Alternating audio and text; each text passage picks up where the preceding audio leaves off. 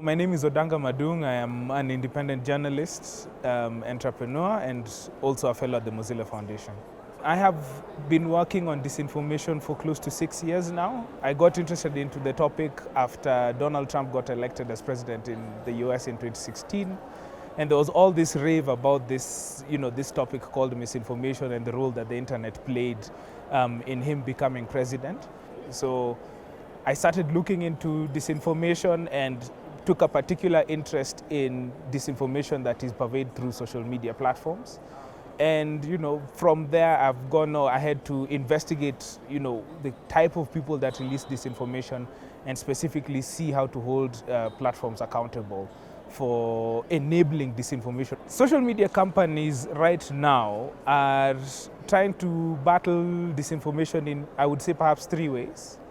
Number one is by evolving their security apparatus around a new field called trust and safety, or what people call threat operations, where they actually assign people to go ahead and seek out these type of disinformation purveyors on their platforms. They fight them through their policies, and then they try to fight them through civil society organizations. But we would not be talking about this issue if these methods were effective at all.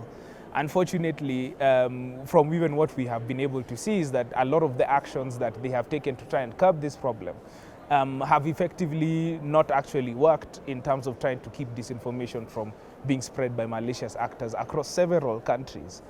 And I think that is partly and fundamentally because they have a business model that is directly tied to them profiting off of disinformation. And in order to actually properly address the issue of disinformation on their platforms, the truth is that they have to completely change their business models.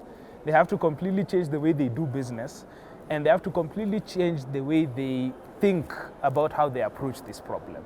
Currently, what they're doing right now is nothing more than a band-aid. There have been, I think, some successful examples of how to deal with disinformation on social media platforms. I would point perhaps to some of the work that we have done at the Mozilla Foundation under my fellowship, where we took a very strong platform accountability approach backed up by a lot of civil society actors in order to be able to put pressure on the platforms to go ahead and deal with specific aspects of their platforms that enable disinformation and misinformation to get amplified, and also to deal with certain actors within their platforms that have been repeat offenders with regard to disinformation within their ecosystems. There is not enough awareness around the role that many of these American and Chinese platforms play in this disinformation landscape, largely because they control the narrative. Right?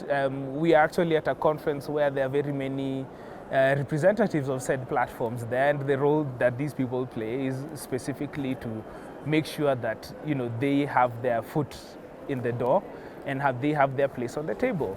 But it would need to be moderated pretty well, recognizing the interests that these companies have in these conversations, recognizing the harm that these companies can cause within communities. I think international cooperation can help advance the issues that we are speaking about in the sense that we have a lot to learn from each other. Right?